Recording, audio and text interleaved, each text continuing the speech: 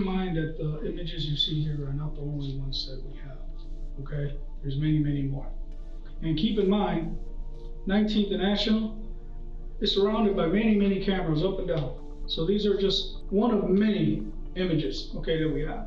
This is 33-year-old Clayton Hubbird, currently being interrogated by detectives from the Milwaukee Police Department.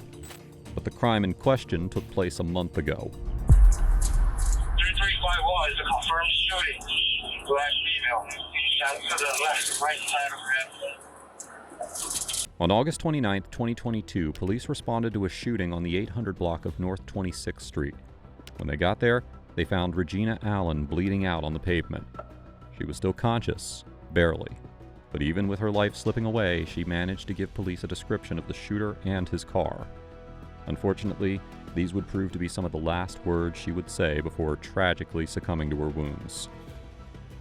But her dying testimony didn't just identify her killer, it laid out every step of that violent night, ensuring the shooter would pay for what he did. Known by her friends as Maya, Regina Allen was full of life, joy, and laughter. She was an active part of the trans community in Milwaukee, but not even her tight-knit community could stop what was about to happen next. What followed would send shockwaves through Milwaukee's trans community and mark the city's third tragedy in 2022 alone involving a black trans woman. Following the shooting and murder of Regina Maya Allen outside her home, Milwaukee police immediately sealed off the area and began collecting evidence.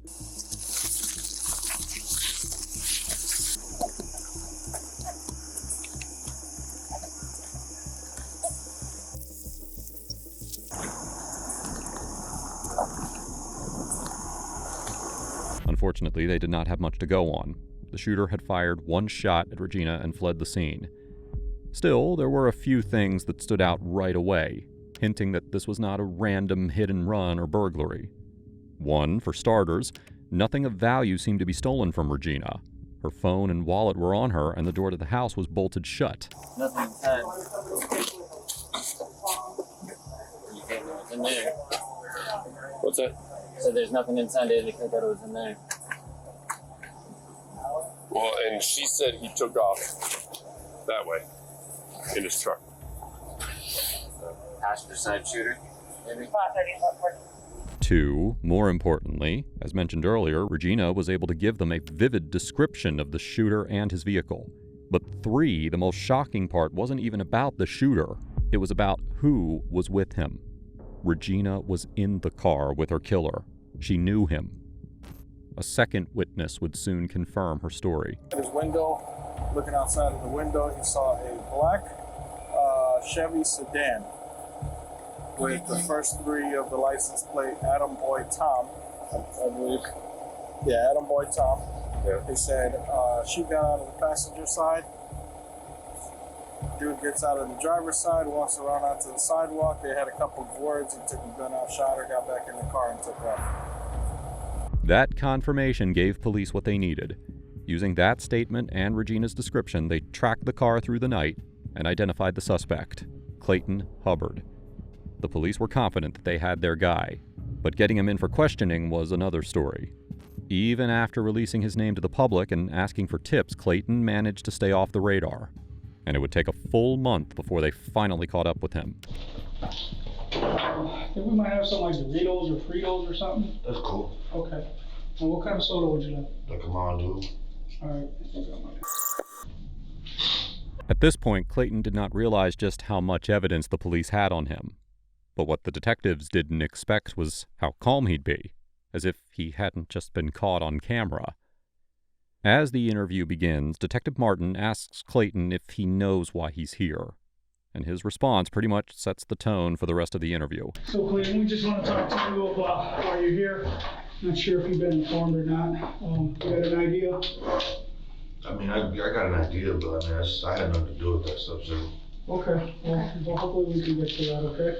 Like I said, I wanted you to, Detective Martin proceeded to read Clayton his Miranda rights, who immediately locked into the innocent act. Clayton, you understand these rights? So I mean, do I need a lawyer? Like, Well, that is entirely up to you. We want to discuss the matter while you're here, okay, which is very serious, but we know that there's obviously two sides to everything, right? we would like to get your point, the story from your point of view, okay? This is a crucial moment.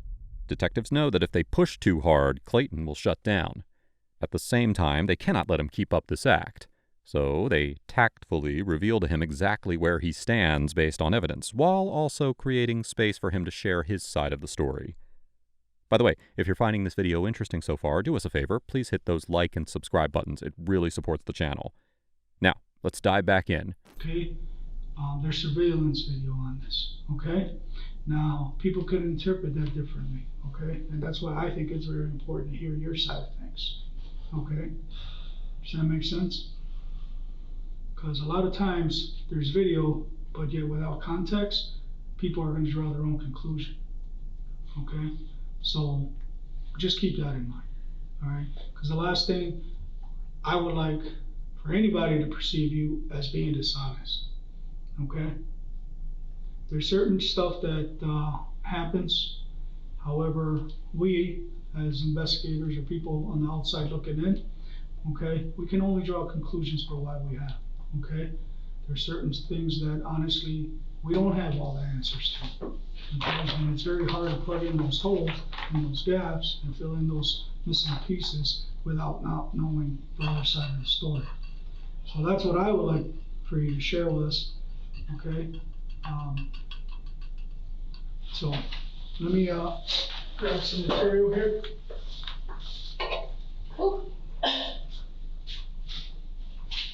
Now, you might be wondering why they're being so patient with someone that they've already nailed with solid evidence.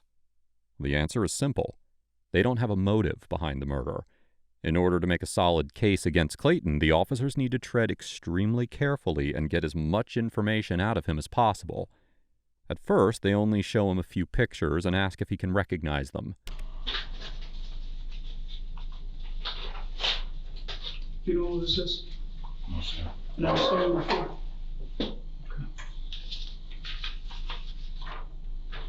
Okay.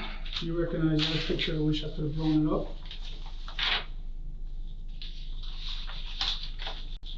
Okay. And what about this?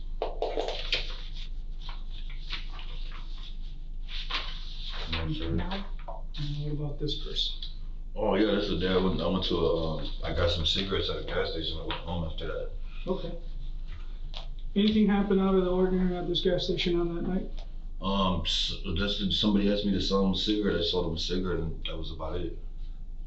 They asked me if I had any cigarettes, and I just sold them some cigarettes and went home. Okay. Do you remember what that person looked like? Clayton recognized the victim, but when questioned about why he was there or where he went afterwards, he started to struggle. I live at my sister's house. Where is that at? So, like in Waukesha or something. Okay. She let me stay there for a little bit. Anything in particular that brought you out that night to that area specifically? Honestly, I think I was going to visit my child's mother or something, maybe. I don't know, I'm not sure. Okay. Or At that time of day? Or like picking somebody up from work, or like I don't even remember. I honestly can't even remember, sir. Okay. So again, I want to point out to you the time of night. Okay, it's very early in the morning.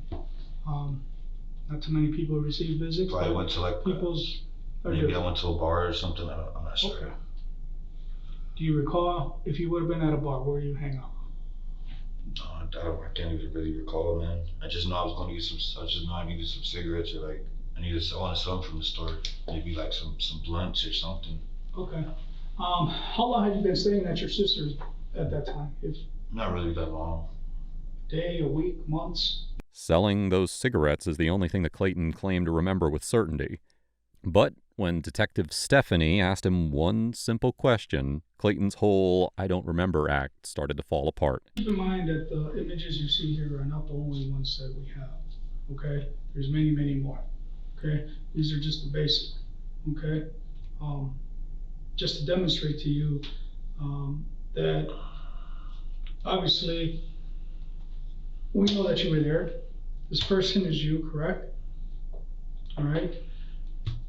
This is a vehicle that you have access to, correct? And keep in mind, 19th and National is surrounded by many, many cameras up and down, right? So these are just one of many, one of many images, okay, that we have. These are just the ones that I chose to show to you at the moment, okay? So honestly, I wanted to see how honest you were willing to be with me. Because I'm telling you straight up, I'm here to get your side of things. You mind if I have another smoke, sir? Sure. Do me a favor, just point it out. Yeah. My partner is very health conscious, so. Clayton was lying through his teeth about leaving the gas station alone. Despite the mountains of evidence stacked against him, he stuck to his strategy of complete denial, even when it sounded absurd. The matter for you that you gotta focus on, man, is what happened during that ride. And ultimately what happened at the end of that ride. I wasn't there for that, sir. I can't say like any of that stuff, man.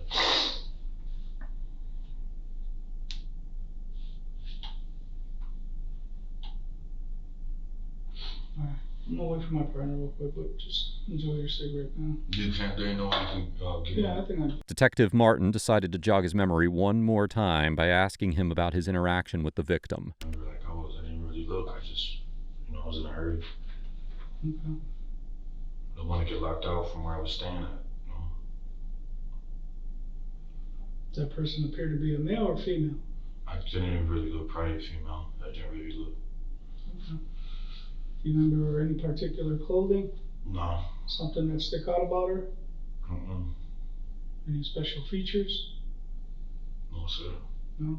Tall, skinny, chubby, short? I wasn't really paying attention. I was in a hurry, man. Okay. Did this person engage you in conversation? Yeah, they asked me for just if I had a cigarette and if they liked my shoes and if I had a cigarette or something. Like they tried to ask me where I got my shoes and I was like, I don't remember.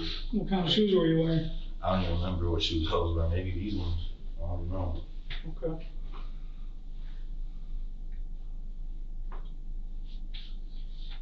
Do you remember where you were that night before you stopped at the gas station?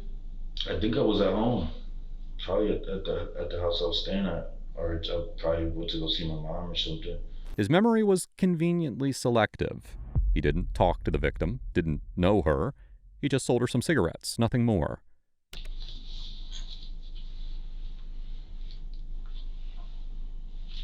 Do you remember seeing someone? I mean, that could have been that person. Okay. I was in there, I was trying to leave. Okay. Okay. All right. So you pull around, right? You leave the gas station by yourself, but then you pull around over to the side. What followed was a bombshell. Evidence so damning that it should have ended the game right there. Should have. Clayton, what we're trying to get you to understand is that the events, right, are captured on it, okay? Honestly, this is just, I'm hoping that you're willing to be honest with us. I'm being honest. Because okay. Why did you pull over to the side of here then? I can't even recall. Probably to try to connect my phone to the thing or something. Okay. All right. So the same woman in the orange there is walking across the street at this point from the gas station. Yeah? Okay. So there she is again, got the little tail end of her as she enters your vehicle.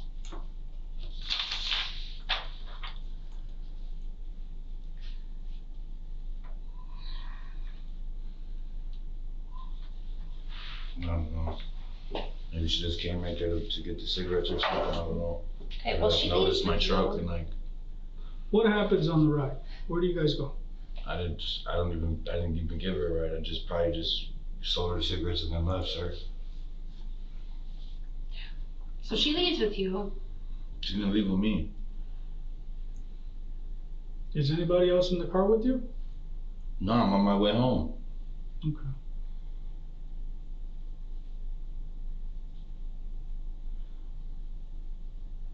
Clayton, as I mentioned to you earlier, man, this is your opportunity, okay? Mm-hmm. Again, ultimately, we're not the ones that decide.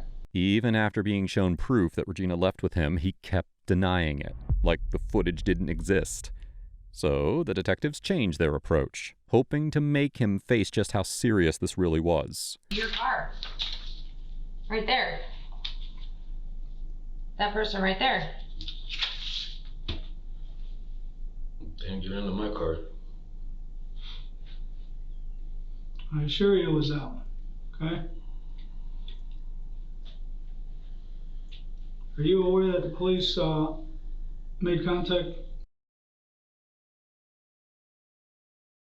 I'm sure they did. I'm sure they went to like a lot of people's houses looking for me. However, there was no remorse in his demeanor, just glaring self-centeredness. Like the only thing that people If you're on TV being accused of this, being talked to about that in that manner, I'm scared, why man. wouldn't you take it upon yourself to come and clear the air? I mean, it's not that I'm trying to hide or run. Obviously, I could have just left the state if that's really what I was trying to do. I wanted to like, Well, not unless you like get a lawyer, like stuff like that, you know. Like, And you definitely this is have scary, all those man. choices.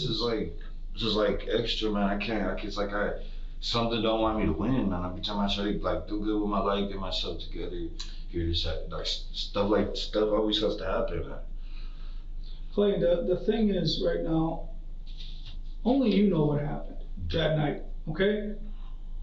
And unfortunately, we can't ask that person in the car with you what happened because that person is no longer with us. That's sad, bro. I feel bad. Like I had nothing to do with that. I wasn't there for any of that. Detectives then turned the tone of the investigation aggressive, in hopes that amping up the pressure would snap him out of this act. I'm not wrong for going to a gas station and giving. You're not wrong about going to a gas station. Like that. Guess what? You're not even wrong for meeting somebody at a gas station and wanting to do what adult people do. Even after being directly accused of murder, Clayton didn't flinch. He kept up the act, pretending that he didn't know what they were talking about. So they shift tactics once again, this time appealing to his survival instinct. As you just put it, It's in so many consensual. words, it's consensual. It's consensual. 100%.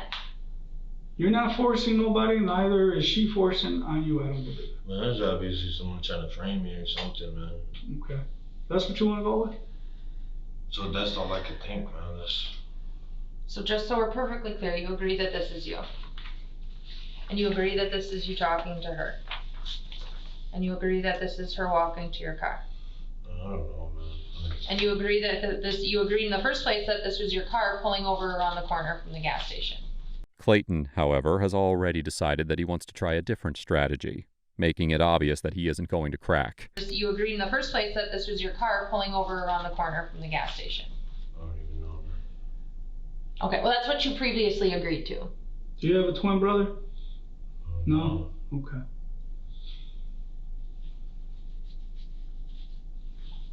Listen, Clayton, we're not going to go around in circles and waste much time, okay? I think you got some thinking to do. I shouldn't have to, like, for what? Like, I didn't have nothing to do with that. You can keep telling us that, but that's not the truth, okay? We know you were involved. It's just a matter of you actually just explaining to us what happened, because there could be a perfectly reasonable, justifiable reason for what happened. But for you to deny that you weren't there and it didn't happen and she didn't go with you is not the truth.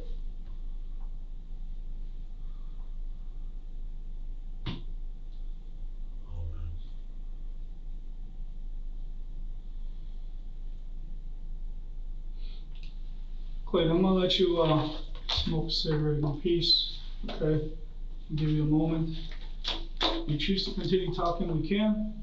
If not, I can take you back up to your cell. You can get some shut-eye for the rest of the night. But just know that I'm willing to listen, okay? To whatever you wish to tell me, okay? We haven't lied to you once, man, okay? I never bring people in here with that. I don't operate that. I don't operate that way. Same time you got a job to do, you know? Okay. As the officers left the room, Clayton might have felt relieved, like he'd bought himself more time. But the lies and contradictions piling up told a very different story. The next morning, Clayton is brought back into the interrogation room in front of a different set of detectives, Curtis Pilchinski and Sean Lesniewski. This time, however, there was no friendly tone, no build-up, just pressure. They dive straight into the evidence, and Clayton responds with extreme caution, aware that every word counts. It looks blue. It's the lighting, man. It's blue, man, to be honest with you. Dude, it's a Tahoe. Yeah. It's like the most common truck like ever, you know? Okay. Is it like one that you've driven before? No, I'm sure you drove one How about before. if I show you this one? I think they showed you a picture like that yesterday from the gas station, right? Something like that, yeah. Okay. Is that what you were driving when you were at the gas station? Is a Tahoe? Pretty sure. Pretty sure. Okay. And whose Tahoe is that? But as the questions kept coming, Clayton's story began falling apart again. He contradicted himself repeatedly, digging a deeper hole every time he opened his mouth. Okay. So, when you're driving around, what plates did you put on it? I didn't put any plates on it. You didn't put any plates on it.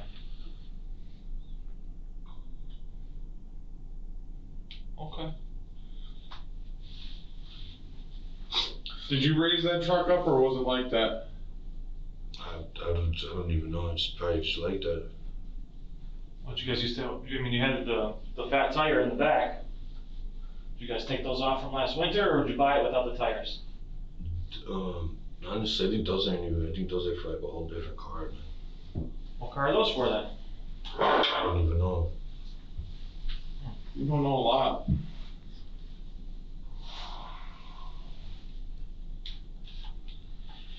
So yesterday they showed you a picture of you at the gas station, right? You said that was you, correct? Okay, and then they showed you a picture similar to this one, where this truck was stopped on the side of the road, correct? I would say, I don't know. Like, Okay.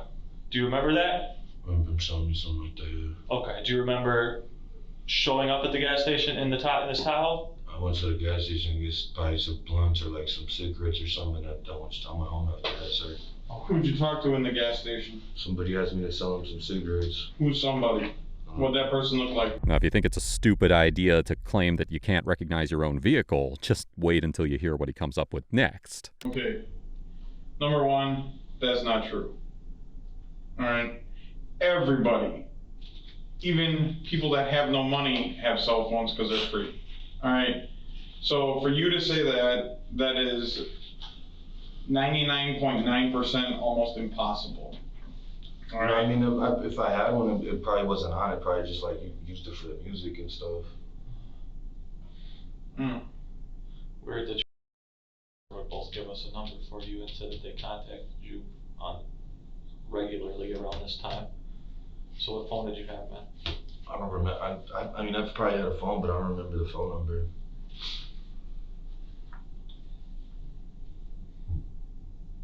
Do you have any type of learning disability? Officers also point out how absurd all of this sounds, signaling to him that they're done putting up with his lies. Do you have amnesia? So there's no reason why you wouldn't be able to recall your phone number, because obviously that's something that you would give out to people, correct? I don't, what's it called? Like I don't remember my phone number, sir. I must have just got the phone or something. So you don't remember if you just got a phone or something? See, you make no sense. I'll be quite honest with you. You're an adult, okay? If you were 2 years old, I could understand that. All right? Do you understand what I'm saying? That it's not like you stole some cookies from a cookie jar and your parents are trying to figure that out. That's not what we're dealing with here.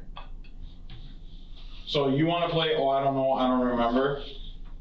That just makes you look like you're covering things up. No, I don't know my phone. Because we're not. I'm a address. Well, you never. You don't know your address either, huh? I don't even have an address right now, huh?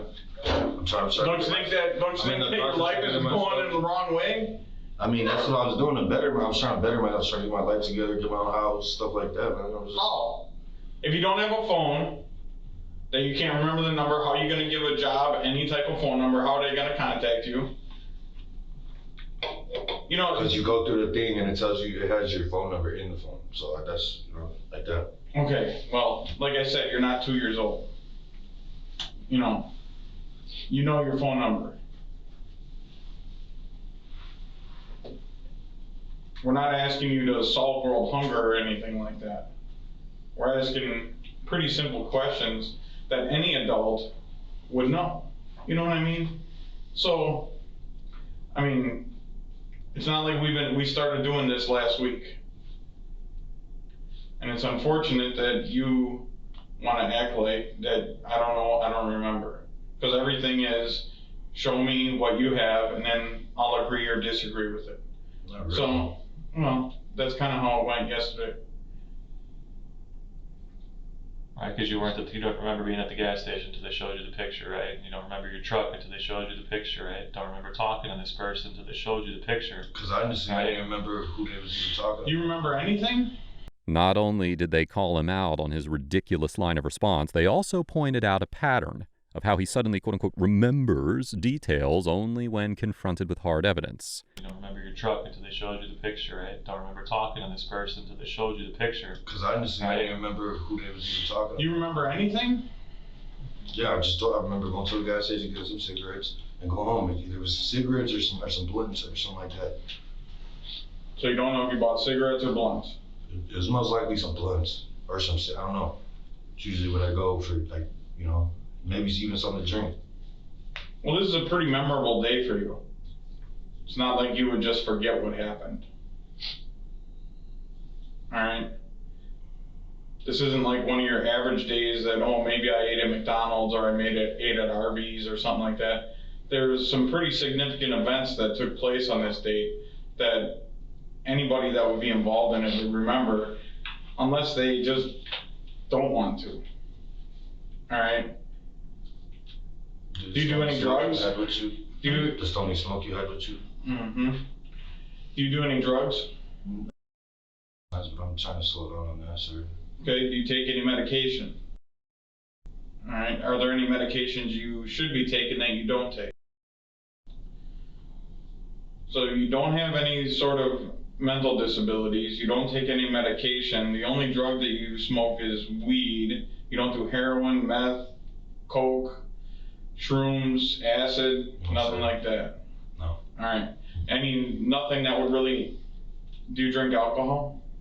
Not occasionally, not like that. You ever get so smashed that you don't know what county you're in? No. Alright. So there's nothing that you ingest, take, or know about with your mental capacity that would make you not be able to understand or comprehend what was going on this day, correct? I told you, like, I told you that everything, man, and that's all I can, Okay, well, here, let's start with this. What is this a picture of? You said is there any way I could speak to a lawyer or something, man? Now, clearly out of options and visibly anxious, Clayton started to shut down. But just as the detectives thought they had him, their worst nightmare played out. Clayton asked for a lawyer. Do you want to speak with a lawyer, or can we continue speaking with you I'd like without to a lawyer? speak with a lawyer, sir. Okay. Is there any possible way I could get another smoke or anything? We can look for one, but right now we gotta take you back upstairs. Since you asked for a lawyer, so we can't talk to you anymore. I mean, I've said the most, I've tried to help the best I can, so I feel whatever, I'm not a bad person, that's it. Didn't say you were, did I? There's cameras everywhere, man. Hurry up and drink them out. Following a plea deal to avoid trial, Hubbard pleaded guilty to first-degree reckless homicide. He was sentenced to 23 years in prison, followed by 7 years probation by a Milwaukee court 2 years after he fatally shot Regina Allen outside of her residence. Judge Jean Keese was very clear in her rationale regarding the ruling. If you think this case was horrific, you need to check out my video on the evil teen who killed his mom on camera.